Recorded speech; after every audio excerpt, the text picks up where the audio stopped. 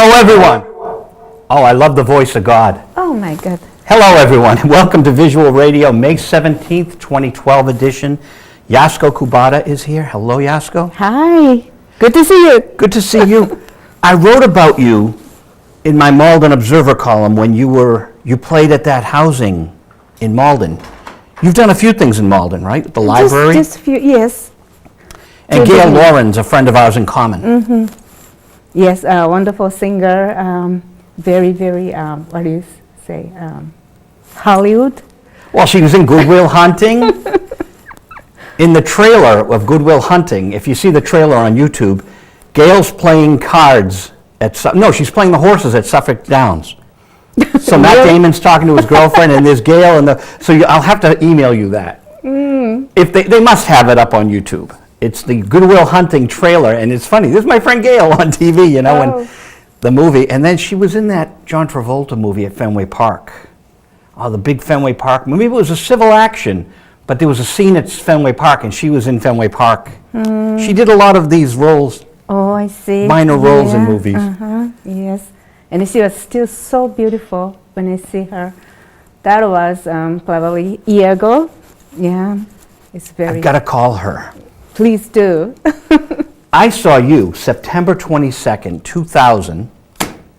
That is one. I'm going to mail you another disc. That's for you. That's you and your husband and Bobby Hebb in Bridgewater. It's a little small place. That's the audio. I'm going to send you the DVD, and I'm going to send you more of the audio. So you'll have your performance with Bobby. Yes, yeah, that would be great. You know that we had a mutual friend, Bobby Hebb, we lost in August 3rd of 2010. And Bobby and his fiance went to see Donna Summer down in Nashville. And today's May 17th. We lost Donna this morning. And you knew Donna's sister? I met Donna's sister last year in New Bedford. I believe that was in New Bedford. Was it a concert? We did a little performance for them. And then she was there, and then she was one of the audience singing very well. And then I thought, she gotta be a professional singer. You know, she had a really nice voice. She looked great. And she told me, she's a sister then. Yeah. Oh, that's amazing. It's so sad. And of course, her husband, people know here, Bruce Sudano was on our show just 3 weeks ago. See, I put the telephone on silent. Yeah, with the vibrates, huh? Yeah, that's mayoral candidate from Medford, Anthony D'Antonio. He knew we were going on the show, though, so he left a message for me. We usually have a telephone here, but we took it off tonight. We do film reviews, but we did them in advance, so we don't have that. And then we have a sports guy, but he knows I want to talk to you tonight, so he's not calling in. So we don't have the phone set up. But that's what we do here in Winchester. We set up. Winchester would be a perfect place for you to play. They have a nice auditorium here at the school. They have the Jenks Center. How long have you been playing? It's like telling almost my age. But okay, then you don't have to. Sorry. Then you don't have to. No, but I've been playing since I was 4. So it's a long time. Long time. You're still beautiful. Oh, you haven't changed you. at all, and I haven't seen you in 12 years face to face. We email, but I haven't seen you. You know, Stephen Davis was on my show last week, and I looked on the tape, and the last time he was on my show was 7 years earlier. And I'm like, I can't believe it's 7 years since, and now I'm going to see him again Sunday. You're invited Sunday at the Holiday Inn in Dedham. Are you near Dedham? No, but I can go. I'll put you on the guest list. It's a record show, so there's like 40, 50 dealers selling records and vinyl and CD. And it's... Oh, the vinyl. Wow. Yeah. And it's 10 in the morning till 4 in the afternoon at the Dedham Holiday Inn. If you want to go, I could put you +1. Oh, okay. If you want to bring your husband. What time? It's 10 in the morning till 4 in the afternoon. Oh, I could put you on the list even if you can't make it. At least you know you're invited. Thank you. And there's just a lot of people you might know from the scene. And people buying records. And Rick Hart from Asa Hart's Records comes in. He usually brings Mono Man from his band The Liars. And they're record collectors, so they're going through all the... It's amazing. It's fun. This thing is a 34-year-old record expo. So it's Oh, they've been doing wow. it for 34 years, and Still now. yeah, and I'm in the back with my table, and we have the TV camera, and we interview people, and we have fun. Oh, wow, that's wonderful. Yeah, so Stephen Davis, the author, was here last week. He's written about Aerosmith, Carly Simons' new book, More Room Inside a Broken Heart. Well, she liked the book when he wrote it. Now she doesn't like the book. Why? She said it got too personal. I read it, and it's like, Yeah. I read it. She's very lucky Stephen wrote it because he didn't get that personal. He made it so that you know what she went through in her life, but he doesn't dig too deep. So he was being very kind because someone else could dig real deep. Right. And I thought he did a good job. So you see the problems and the triumphs, but he doesn't, it's very tasteful. But you know artists, you know. Yasko Kubota story, the unofficial biography by Joe Viglione. So now, the Power Jazz Unit has been around a long while. Yes, yep, my Now is- band. Yes. But is it dissolved or is it on hiatus? Well, how can I tell you? Even that power jazz stuff that one time that was a big band. And then, you know, one time that was an 8-piece band, 5-piece band, 3-piece band. So, changes. It changes the shape, but still going. Oh, so you it's know. still going. It's still going. I use time to time. I use Power Jazz Unit name to Kubota Power Jazz actually. Right. To appear many different things. Yeah. So your husband and you have been playing a long time. Yes. Is he bass? Oh, he's a, what do you call, the multi-instrumentalist, and he's a really great bass player. I would like to him to do a bass, but he has a lot of interest, so sometimes he wants to play, you know, the other instruments that, yeah, so that's what he does, a lot of instruments. And you are primarily, I do play piano, keyboard, yeah, and I tried when I was young, the little bit different instruments, but unsuccessful, how can I say? well, you want to know what Gail Lawrence, she just thinks you're a phenomenal That's very phenomenal nice. keyboard player. She just raves about you. Oh, that's Isn't it nice to very hear it when they're not going to tell you to your face, but she's so good. She is so good. So Oh, well. you've played with some famous people, right? I have, in a sense, yes. Can you mention any or? Kind of the different field, then that would be one, this New Kids on the Block. Yeah, it would be different from what I do normally. Was that live on stage? I was with them for 3 years. I didn't know that. On stage. On stage. Wow. Yeah, yeah, I went many places around the world with them. So you were on stage with the New Kids, Yes. playing keyboards, Yep. and you went around the world with them. What countries? Which ones? Germany? Yes, we were in Germany too. I mean, I would see probably them- they went to everywhere, but I was in Germany, UK. You know, I think I went to some France, Scandinavian countries, and then Asia, like Singapore, somewhere, Korea, of course, Japan. You know. Yeah, Japan has always responded well to American music, Yes, As it's has been like Germany. that. Yes, and France. right. And I know, now South America is getting very hip to what we do. Well, it's a whole, with the internet, Right. the whole world is wide open now. It's not just Japan, Germany. You could always name them, France, England, Right. And sometimes they appreciate more, for instance, jazz, which we love, and then, America's own jazz, but sometimes jazz get appreciated better outside now. I can see that. I can see it. That's why many of those jazz great people goes to, Europe, Japan, and make a living that way. And they make live albums there because the appreciation is so Right. intense. Yes, that's so much like that. Yes. You know, Bobby played in Nashville, but he did his final like recordings. There's like jazz, not jazz. There's some jazz, but there's live in Japan. Did you know that? He played at Billboard's. Billboard magazine has a couple of clubs in Japan. Oh, I didn't know that. And his fiance Junko came from Japan, so he'd go visit the relatives. And Junko set up Live at Billboard's. So we have this Live at Billboard's tape. They actually put Sonny's up on the internet, so people can hear Sonny from one of Bobby's final concerts. Oh, wow. But his family was huge. So he has a senator in Nashville, and she put a concert together with her cousin, Bobby Hebb, and Peter Frampton. That was one of his final shows, I guess, in City Plaza in Nashville or something. Yeah. And then a jazz artist in Nashville played with Bobby, and they did a live thing. How did you meet Bobby Hebb? It was kind of weird that I didn't meet him as a musician, Bobby Hebb.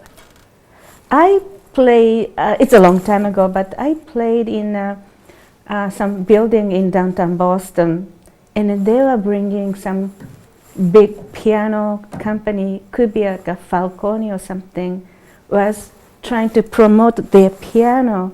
So they set up in the first floor, which is kind of public space, brought a big 9-foot concert piano.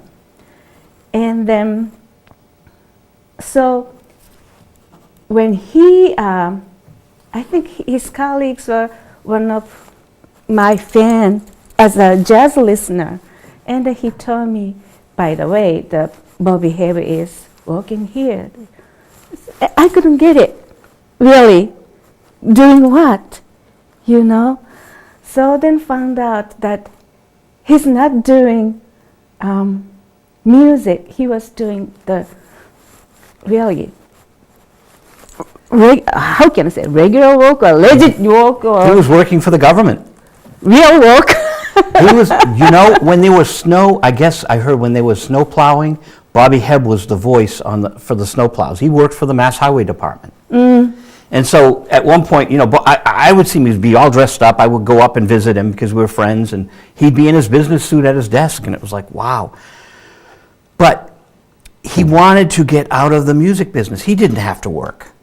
Because I met with a woman from BMI that does the jazz, and we're sitting there at BMI, and I said, yeah, Bobby is at work today. She goes, Bobby's at work?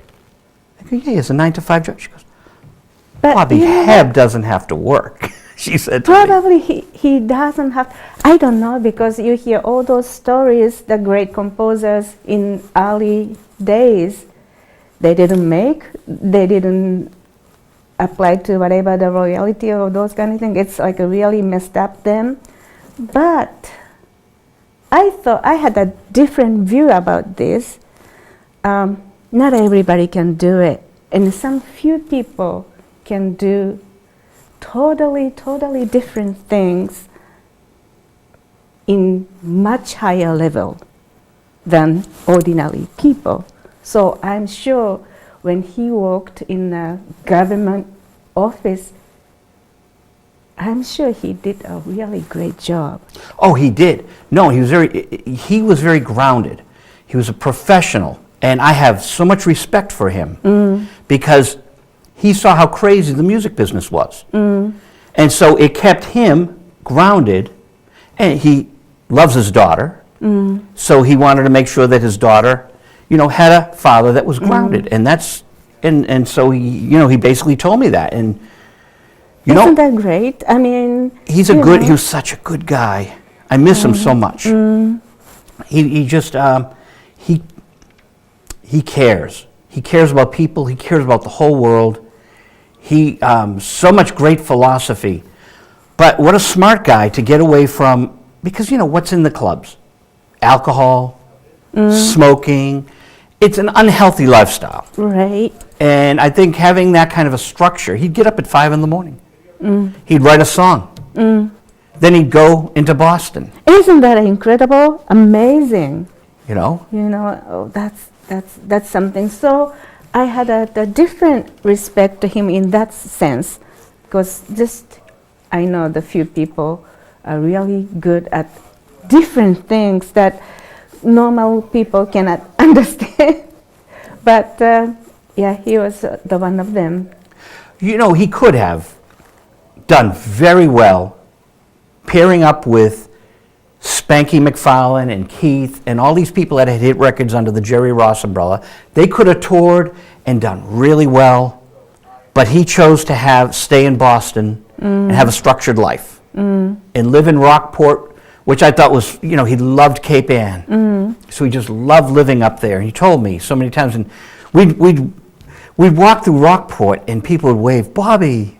I feel like I'm walking with the mayor. He's like the mayor of Rockport. Everyone loved, you know, and they all knew him. But, you know, he went from touring with the Beatles to seeing thousands of people. Some people just choose to not be in the game because it's so difficult. Yes, and then in a sense that you lose the reality in that kind of environment that just the short period that I was with New Kids, but it's almost like a, you know, unreal. Everything is so, you lose the reality of the value of the money because so much money is moving around. And so many faces in front of you. Every night, it's like just thousands of people, and it's, I can see it's surreal. I could, you know, how do they stay together? Do they have to have psychiatrists to keep them straight, you know? I don't know about that. I think they did good job on that. They always, and then I just assumed then, because none of the five, they have, those are 5 boys, they are 5 men now, but, you know, not everybody was equally screamed at. You know what I mean? Oh, okay, all right. So it's... Donnie gets a little more some night, or Jordan, who knows? Yes, who knows? So and then it's obvious thing, it's like, really the harsh reality is there because they sell the merchandise, right? Every single concert. And then they check all those whose t-shirts sold the most. You know, they have all numbers. Isn't that the kind of the pressure? That's pressure. For the little young boys. But I think they did, you know, stick together. And then they knew, in that sense, they really knew what they had to do is stick together. And I respect for that. Well, they saw the New Edition go through something similar with Maurice Starr. And Maurice is a great guy. And Michael Johnson, well, okay, we started talking about the New Kids because Phil Green was on my show. Oh, right, that's right. And yeah. Did Phil go on tour with you at all? I don't remember, but when what I did was that his studio was, Donnie was actually producing his brother, Mark Wahlberg, then that he was called Marky Mark. Marky Mark, yeah, Marky Mark, then. So I played some song on a piano or something like that. I forgot the name of the song. So that's, you know, my connection with New Kids and Phil right there. But yeah. So you went down to Warren, Rhode Island, and you know what I'm going to do? This is funny. This is my show. I can do whatever I want. Of course. I'm going to change the cameras a little. But you went down to Warren, Rhode Island to Normandy Sound? Yes, I did. I guess I did, yes. And Normandy was great. I used to work down there. See, now I can do what I want because I've had this show for years. Yes. So I can walk around with my guest. Do you know Gilbert Gottfried, the comedian? Yes, with his hair like that. Yes, that's Gilbert, right? Gilbert Gottfried is, he has the funny voice when he's on camera. He was in Beverly Hills Cop 2. Oh. Gilbert was sitting right there, and I let people talk. I mean, I let them read their book. So I get up and leave. He goes, a man leaves his own show while he's got a guest. It's fun. It's my show. I can do what I want. Anything. And so Phil Green, I worked with the late Jimmy Miller, the Rolling Stones producer. So Phil Green said, come down to the studio. So we went down there in 1986, 85, 86, around there. And we worked with Buddy Guy, great blues guitarist. Yeah. So that's how I met Phil. He finds me on Facebook, where everyone finds you. My old keyboard player, BJ Plattner, finds me today. I've been thinking about her. She's got a great voice. I thought she was Boston's Bette Midler with the voice and the key. She's so good. She got married, has a kid. She's in Florida. We got each other's phone numbers now, but Facebook. Right. Phil Green finds me. So I said, you got to be on the show. This is months ago. And then he shows up. I didn't know you work with Phil, but of course, we're all in the same scene. Right, yeah, it's a small world. Yeah, and so you played on the Marky Mark, was it Walk on the Wild Side? You know those things, huh? I know some of those things. I wrote, Probably you know better than me. I don't know, I forgot. I wrote over 5,000 reviews for allmusic.com. I read reviews and I'm saying, this is a pretty good review. Oh, I wrote it. I can't remember because 5,000 reviews.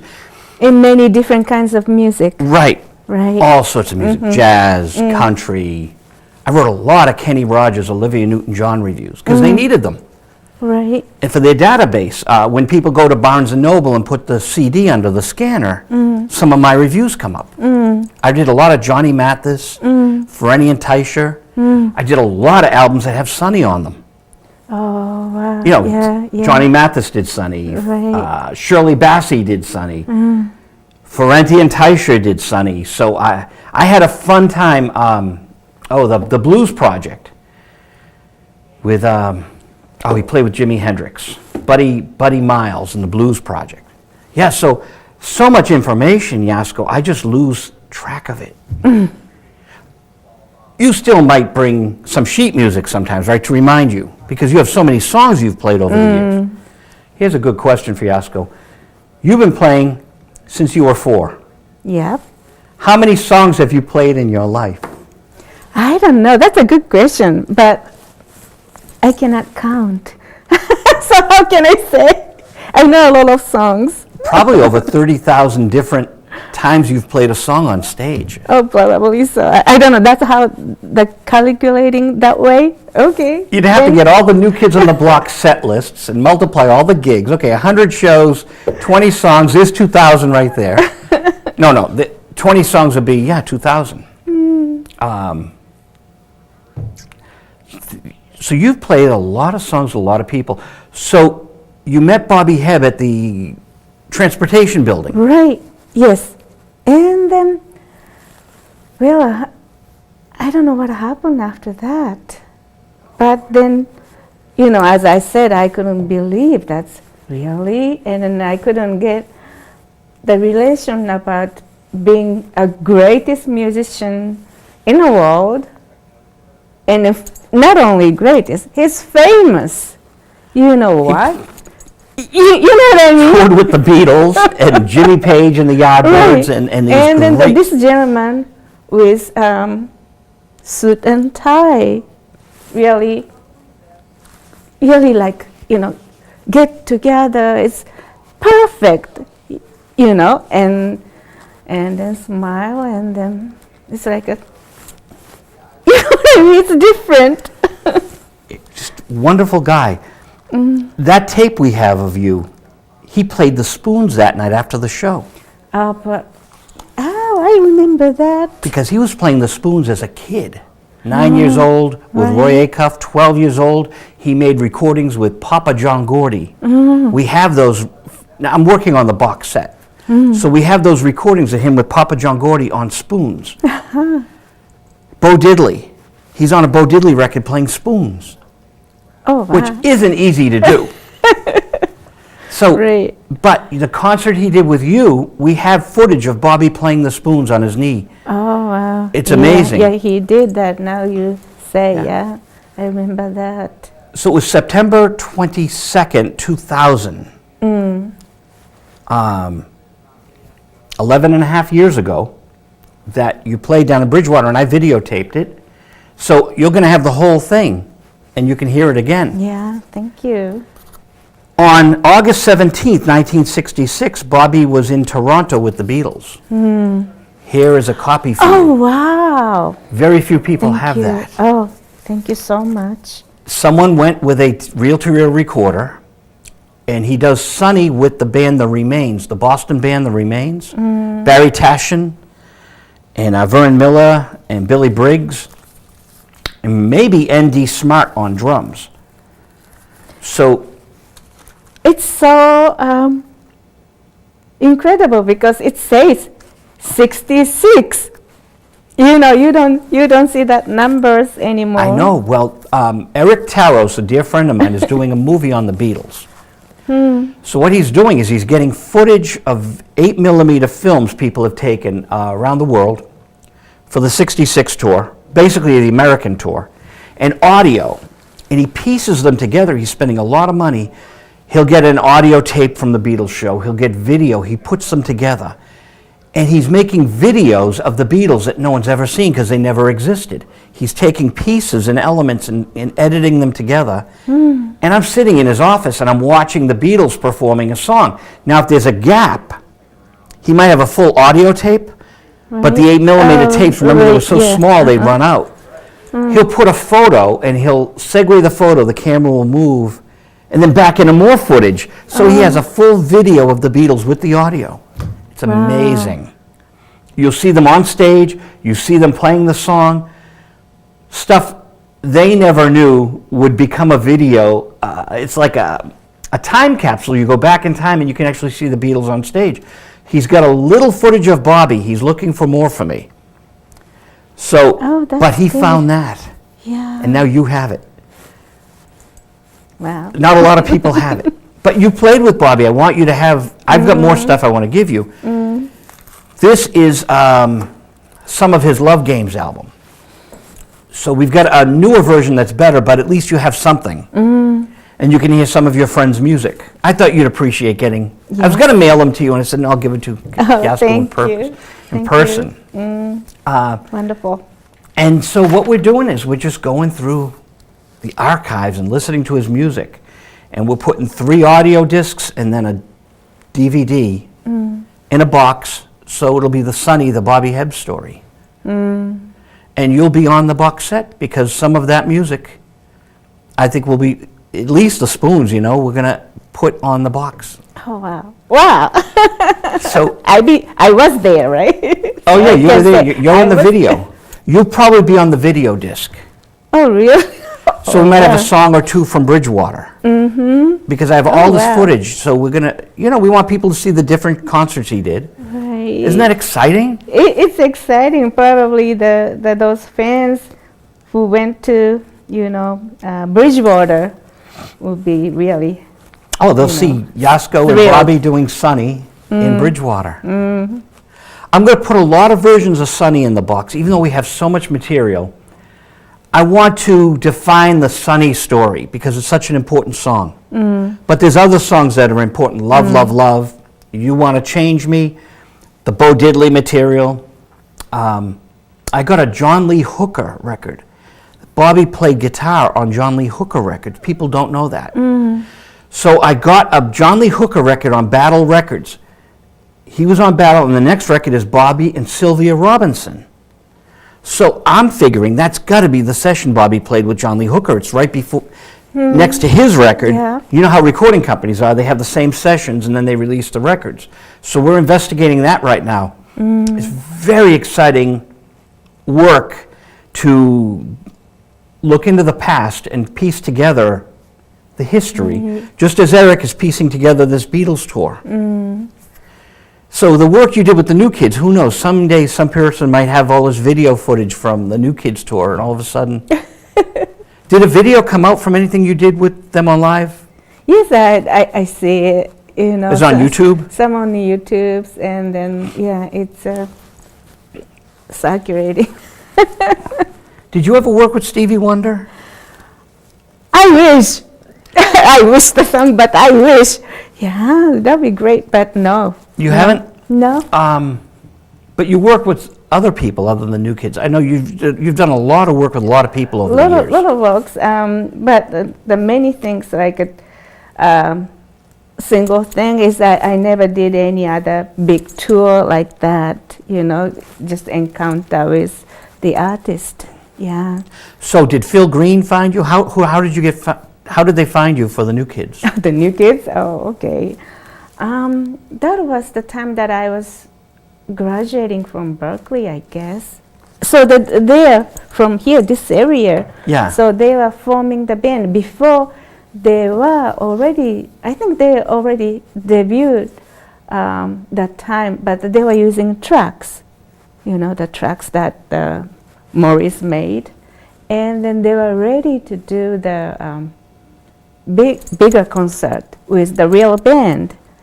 That's why that somehow that my name got around, and then but that time funny thing that you mentioned the Beatles, but nobody knew New Kids anyway, so I remember they had one album out because I worked with Michael Johnson at his studio in Westford. Did you ever go to the Westford studio, Mission Control? yes, I have done that. Yes, I remember I did play just few things for the I forgot which album I did, but probably few albums went there and then play little lines or here and there that they told me what to do, play like that.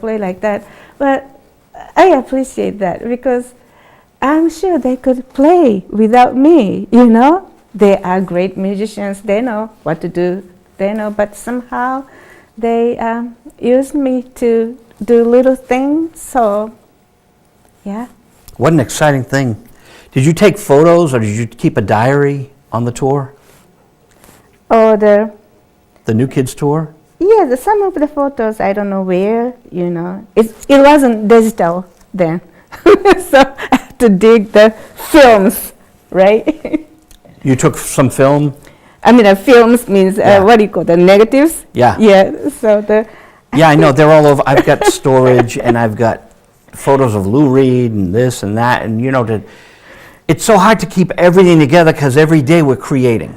right. And those of yeah. us who create, just the show, 600 tapes. We put out about 550, yeah.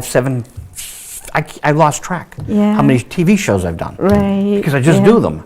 Right. And at a certain point, we were keeping, 100, Suzanne Vega. So Suzanne Vega was on number 100. Right. And I think Ray Manzarek of The Doors might have been 125. Yeah. And then those that you have, nothing is in a database, right? Because the real thing then. Well, I have files and files and VHS tapes and every tape Yeah, and then you configuration. have to change to Well, today's thing, or how you we do upload that? into the computer, and Joe Yeah. LaRocca here is incredible at teaching Final Cut Pro and iMovie. So I'm using both different formats to edit my shows. But we're live on the air right now. So we're live, and people who have Verizon can see us in different cities. Different cities. Yeah, it's not just Winchester. Oh, I didn't know that. Yeah, because, on Comcast, they can see us on the internet, wincam.org, but people who are watching know that. So wincam.org, they're watching. But then Comcast, we're on one channel. But Verizon goes to different cities. So if you have Verizon and you're in Arlington, you might see the show. Or Burlington might get the Winchester show. Woburn gets us. Oh. So isn't that amazing? There's a lot of cities that get this show right now, live. And then I put it on YouTube. It's a new world. Right. Yeah, because when I first started in cable TV, it was only Somerville. So in 1979, I was in Somerville. And Barry Glofsky, an editor of Fusion Magazine, was on my show. And now Barry's back on my show, 33 years later. 33 years. Wow. I'm one of the older TV hosts of public access TV. That and $1 gets me a cup of coffee. You know what I mean? It's like, it's a distinction, but it's like, I love public access. And I've been doing it That's spanning a long great. time. How many people that you interviewed? I've interviewed over 1,000 people. Wow. You know, Gilbert Right. Gottfried. See, I've got comedians: Gilbert Gottfried, Gallagher, Margaret Cho. Okay. They've been on the Margaret Cho. Yeah, she's been on. Oh, wow. She's a lot of fun. I'm sure. She was very nice. Uh, Her talk at the Booksmith, she started using some words I don't like to air on the show, but she's funny. Gallagher, same thing. But then I have film directors. Jodie Foster's been on. You know, Silence of the Lambs. yeah. She was on, and we had David Koepp, who wrote Spider-Man and Jurassic Park, and Michael Mills, who did Beginners, that won an Academy Award. So I've had Michael Moore. But they came here? No, sometimes I'll go into Boston to tape them at the hotel. right. Gallagher came here. Gilbert Gottfried came here. Phil Green came here. He's the most famous of them all. I'm being funny, Phil, but our friend Phil. Yes. And, You now, got, my roommate's calling, oh. but he knows I do the show, but that's Okay, funny. yes, It's- talk to him. I'll call him. Oh, let's see. Hello? I'm on TV, and you're on TV. I'll be off TV in 20 minutes. Can I call you back? Okay, after 9 o'clock. Yeah, are you at home? All right, about 9:15. Yasko Kubota says hi. Tim Bradley says hi, and Joe LaRocca, I'll say hi to you. Hi. Okay. Bye. Thank you for letting me do that. We got a bunch of calls here tonight. But I got an invitation to dinner. Nice. Well, it's my roommate, so good. We have a couple of favorite restaurants. So, In here, in Winchester? no, we're going to go to Somerville. We're going to. Oh, the Somerville. Do I want to tell the listening? No, I'm not going to tell the listening audience where we're going. We're going to have a private dinner, but it'll be in Somerville. Last night we were at Carol's Restaurant in Medford. Delicious. If they put a piano, I'm going to tell Maury Carroll. He's going to be here in the studio. And say, Maury, you've got to have Yasko play piano at your brand new restaurant. It's 2 weeks old. 2 weeks? What do they serve? It's you know Medford Square Yes. because you've been to Malden, so you know Route 16. Yes. When you come off the ramp off of 16, the Mystic River, Medford Square, right on the corner on Main Street, on Route 16, is Maury's. It's called Carol's Restaurant. Very famous. It was a 50, 60-year-old restaurant that was across from the police station on the other side of the bridge. They closed it down. They got into catering. Then they decided to reopen. It is already jammed with people. Oh, Because they're famous, you know, Carol's Restaurant, and they're back. right. Yeah. And, you know, it's the neighborhood thing. Everyone knows everyone. Joe, it's Maury and his brother Tom come over last night. Joe, how are you, you know? Joe, Jeff, you know? Oh, I like And- that. And so they're just very nice to everyone, but everyone knows everyone. The city councilors come in. The people that just called on the phone, they come in. So it's nice, but it's beautiful. If they put a piano in, you've got to play there. The Chevalier Theater. Have you ever played the Chevalier Theater in Medford? Actually, I have no idea. I never heard that name. Chevalier? Chevalier, like Maurice So, Chevalier. Oh. It's the 5th biggest concert hall in Boston proper, and no one knows about it. Now you're going to be stunned when I tell you this. John F. Kennedy spoke there. Frank Sinatra played there. Lou Rawls played there for Are the you Kiwanis. serious? And no one knows about this gem. So here's the good news. Are you ready? I'll announce it on TV. At 5 o'clock today, I met with one of the Chevalier commissioners, and we're going to start a concert series in September. Oh, wow, that's great. So maybe the Kubato Power Jazz Unit? Oh, I love that. Well, all right, let's have a think tank here. When the Bobby Hebb box set comes out, the family, Bobby Hebb's estate, wants to have a tour up and down the country with different artists performing Bobby's music as a promotion, like they do with Buddy Guy goes out and does the Jimi Hendrix thing. We're thinking of having people do the Bobby Hebb. Who better than someone who played with Bobby Hebb? Maybe we'll take some of the musicians. Nat Simpkins. Do you know Nat? Nat played in Bobby's band for a while. Do you know Thomas Hebb? Yes, his friend, yeah. Yeah, the stand-up bass player. He's Yeah, Bobby's nephew. Yeah. So, who knows? We're just talking, but that would be great. We do a tribute to Bobby Hebb at the Chevalier. It's 2,000 seats. It's 2,000 seats. It's like those one of the old kind of decoration auditorium inside. They redid all the upholstery. I'll take you in someday. When you're in the area, we'll get the commissioners, we'll get Warren Scott from the Channel. Remember the Channel? Did you play the Channel? It's in South Boston. Yeah. That's the On the kind of water. the rock place. Yep. I never played. I don't think I played. I could, but I was I'm the not sure. headliner on the Saturday night when they opened. They had Thursday a private party, Friday night they opened, and Saturday night I was the headliner. I was big in 1979 for 10 minutes. But never as big as the new kids or Bobby Hebb. No, so I opened the Channel, and Warren Scott was the booking agent. Now Warren's at the Chevalier. So if you're in Medford, Warren will give us a tour of the theater. You can see it's beautiful. I want to bring some big names through. Peter Noon, Herman's Hermits. There's like a surprise. One of the surprise thing I didn't know about the Medford, but even in Lynn, they have a big auditorium. Yes. Like where that came from, but they were there for a long time. And you know who played there? Bobby Hebb. I videotaped him. So I might have that on the box. I don't know. I have a lot of footage. I would follow Bobby around. And he'd be playing somewhere. I'd go and videotape him. He did the Lynn Theater. It's a beautiful place. They get big names in there. They do. And Medford hasn't gotten hip to it yet, so I'm going to help develop this. Right. Yeah. It's because place like that is to be filled, with the people who enjoy. That'll be very nice. So these are some of the things we're doing. This is Sunday's thing. You can have that, actually. That's the flyer for the vinyl records.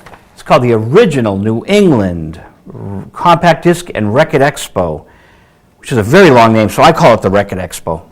But you said it's been so long time that they're doing 34 original. years, yeah.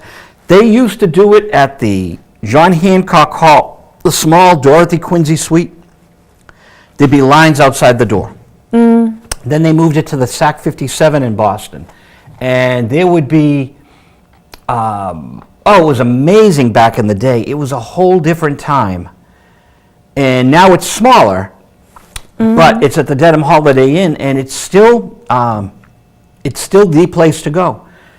And people show up and people know each other. It's like going to Carol's restaurant, the same people know each other, and it's more than just flipping through records and CDs and photographs and books.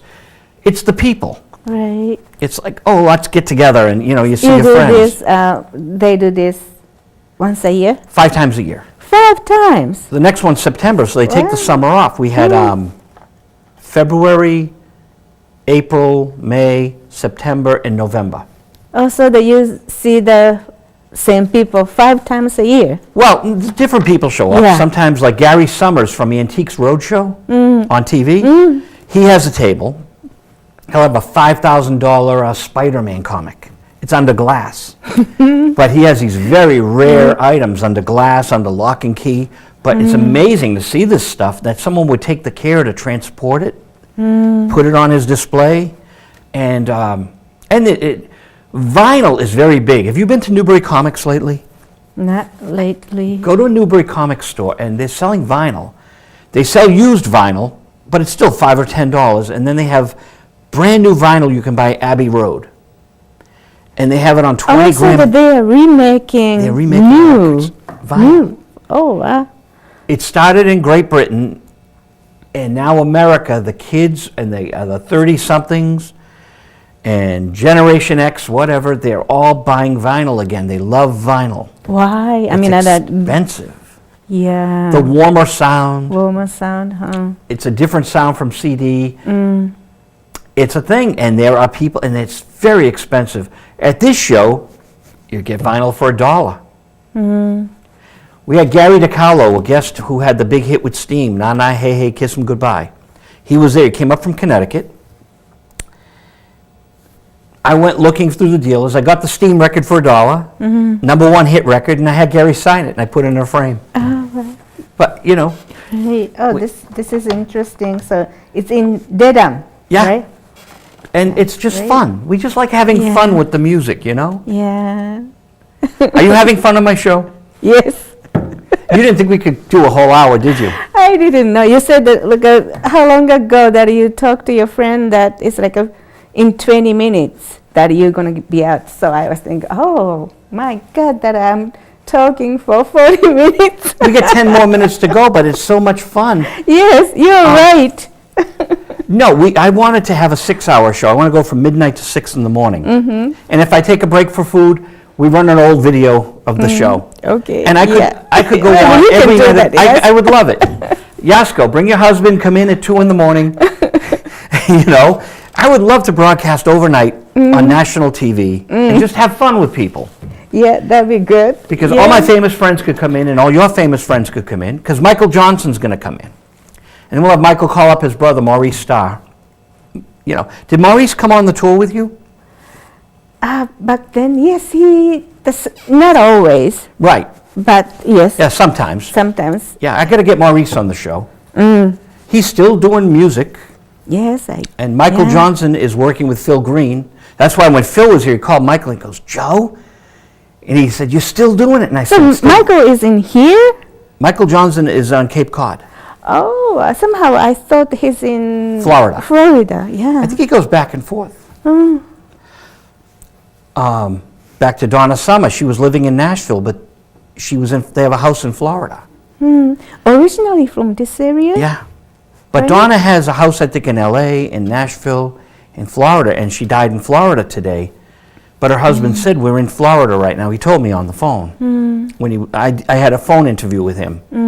A lot of people are by phone. I love having people in here. I thank you for coming out. Oh, thank you It for wasn't having me. It wasn't too far a drive, right? No, that was okay. Just the lot of traffic, that's all. Oh. And, well, now you know where we are. Yeah. We do a show here called The Music Closet. And sometimes I interview the guests. And if you ever want to play and do an hour on TV or a half hour, you can come in here. And Jeff Dearman is our producer there. Okay. So if you want a video of your band, you just come in here and we have a band every week. Okay. Maybe I should practice some spoons. That would be awesome. Have you ever played spoons? No, but a long time ago when I was a kid, I was trying to bend a spoon, looking at it. You know what I Keanu mean? Reeves can do it. What? The Matrix. Keanu Reeves can do it. Well, did you see The Matrix? I never saw that. Oh, you've got to see The Matrix. Yeah, it's funny things about me. When everybody say go there, do that, what I know, not. we're- Then I don't. Keanu Reeves walks into the Oracle's house, and the Oracle has these children that are learning how to develop their powers. So he walks in, Keanu Reeves, you know Keanu Reeves, and the child is looking at the spoon, and it bends. So Keanu Reeves gives the spoon to Keanu Reeves, and the child said, "It's not the spoon that bends, but your mind. Remember, there is no spoon." And Keanu thinks about it, and then he bends the spoon, because there is no spoon. They're inside a computer program, but they think they're in real life. And the child is telling him, you're in a computer program, there is no spoon. It's just a computer image. And then Keanu bends the spoon when he realizes. So they think, Yasko, some scientists believe that our life is inside a computer program. They really believe it. One person said there's a 90% chance that we're living inside a computer program. That's all this is. I don't, you know. It takes the whole God element right out. Right. But they say in a few years we'll have a supercomputer, and then we'll realize how easy it is to make a virtual world. See, I really don't exist. My show exists. So this is not happening. This has already happened. People are just living there's two other people, one inside Yasko, one inside me, living the TV show that we did thousands of years ago. This show is thousands of years old, me and you talking. Possible? That's the Matrix. That's the Matrix. I don't know. I don't know anything. I don't remember the last phone call. Oh, yes, the last phone call was Jeff. Right. Thanks to Tim Bradley, our director, who's listening to us ramble. We got 5 minutes left. Only 5 minutes. Oh, I want to talk more. I'm going to give you my single. That's my new single. Wow. I've been working on it since 1985. My singles, I have a lot of singles I'm putting out, and I call them an evolving paradigm. So Carly Simon has a music director, Peter Kalo. Do you know Peter? He's from the Boston area. Okay, can I just see what So this Peter is? Kalo just recorded my song, and he works for Carly Simon. And we've been old friends for over 20 years. So Peter's the final two tracks, but the first track is 1985, recorded in Boston. And then there's different live versions of it. So but Peter did an instrumental, so anyone can sing along with my song. Like if you like it and you sing it and you mail it to me, I'll put it on the next version. And the single just keeps growing. Because there's room on it, there's 80 minutes on a CD, so I just want different people to do my song, and I keep making it longer. I don't know why, it's just fun. Well, yeah. It's something different to do. Yes. Which brings us to the next question. Have you released new music lately? No. That's a problem I have to. I would like to. All right, do a single, do 2 songs. Okay. I'm just telling you, I mean, my opinion, do what you want. No, do what you want, but I suggest doing 2 songs because I think there's so much music out there, and I want you to be appreciated because you're a very, very good musician. Oh, thank you. It's coming from the critic, the rock critic. You're amazing, and there's so much music out there, I think artists should just do the single, like the old days. Put the song out there and just keep getting it out there till people realize this is great. Then do the album, when they really recognize how good it is. Do you think that applies to any kind of music? For instance, when you say song, but instrumental music too? When was the last instrumental hit? You know? An instrumental hit is timeless. And where's the place to make an instrumental hit? To make a great instrumental and get it in a movie soundtrack. Oh, I see. If an instrumental was in the Avengers, I was at Newbury Comics for Record Store Day. I bought the Goldfinger soundtrack. I love Shirley Bassey. Yeah. Moon River. Go. Same thing, right? Yes. My roommate said it's from a classical piece. That's how they could write 2 different songs about it. It's an old classical melody. I think it's Mahler. Goldfinger comes from Mahler. So it's not copy, Right. It's 2 different copyrights, but it's the same melody. On the soundtrack, I'm playing it in the car. Jeff and I are driving around, and there's a great instrumental version, which could have been a hit. But Shirley's is so overpowering. Right, But yeah, an instrumental, I think the world needs a good instrumental. Oh, Love I is hope Blue. So. I hope so. Do you have some? I'm going to make for you, but I do, you know. I want to hear it. I want to hear your music. We've only got 1 minute and 15 seconds left. Oh, wow. But Anything- thank you so much. I just appreciate, that reconnected with you, and now I thinking of Bobby and everything. That's a wonderful time that I have spent here today, and then we'll continue more. I miss him. Oh, I miss him terribly. We talk a lot. A lot. Yeah, I miss him terribly. It's awful. Donna losing Donna Summer. Too young for these people. He was 73, she was 63. They have too much. She was making an album. It's not fair. They should live longer because they're Right, giving so much yeah. to the world. But thank you so much for coming out here to Winchester. Oh, thank It's a beautiful you. little town. Yes. Yeah. And when's your next show? I'm doing something very small, actually, yes, tomorrow. And then, yeah, I have a lot of the small gigs. Well, we look forward to Really? seeing Yasko Kubota. That's our show for tonight, May 17th. Happy birthday, Mom. It's my mom's birthday today. Oh, happy birthday, man. And thank you, WinCam, Tim Bradley, Joe.